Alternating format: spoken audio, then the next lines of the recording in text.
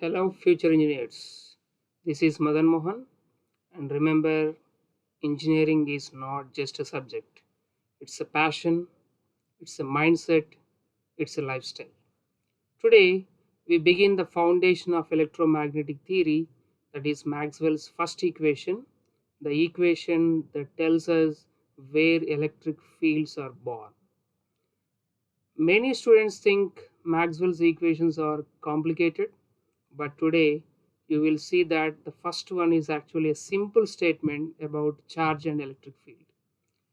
Maxwell's first equation beautifully connects two fundamental quantities, electrical flux and electrical charge, in one elegant mathematical statement. I say if charge exists, field exists. This simple idea is called Maxwell's first equation, also known as Gauss law for electricity, which states that electric charge is the source of electric flux density. Engineering becomes more powerful when we understand the fundamentals. So, Maxwell's first equation is the first step toward mastering electromagnetic fields. So, let's start Maxwell's first equation. So, it states the divergence of electrical flux density equals to volume charge density.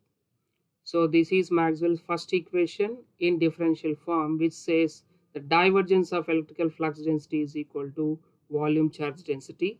Del dot D is equal to rho V. From Gauss line integral form, we can say the surface integral of d bar dot ds is equal to q enclosed. So which states that the total electric flux leaving a closed surface equals the charge enclosed. If we express this in enclosed charge in volume form, we can write this charge enclosed inside a volume as Q enclosed is equal to volume integral of rho v dv, where rho v represents the volume charge density. So the equation now becomes surface integral of d bar dot ds is equal to volume integral of rho v dv. If we apply divergence theorem by using Gauss divergence theorem, we can write surface integral of d bar dot ds is equal to volume integral of divergence of d dot dv. So if we substitute this into the equation, volume integral of del dot d into dv is equal to volume integral of rho v dv. And if we can equate the integrands, as this equality holds good for any arbitrary value, the integrands must be equal. So therefore we can say del dot d is equal to rho v.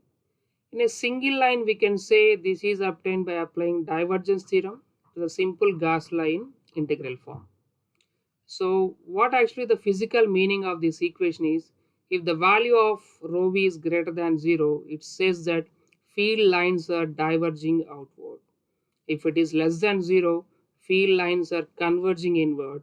If it is equal to 0, we can say there is no net flux originates inside the region. That's all, my dear students. Thank you.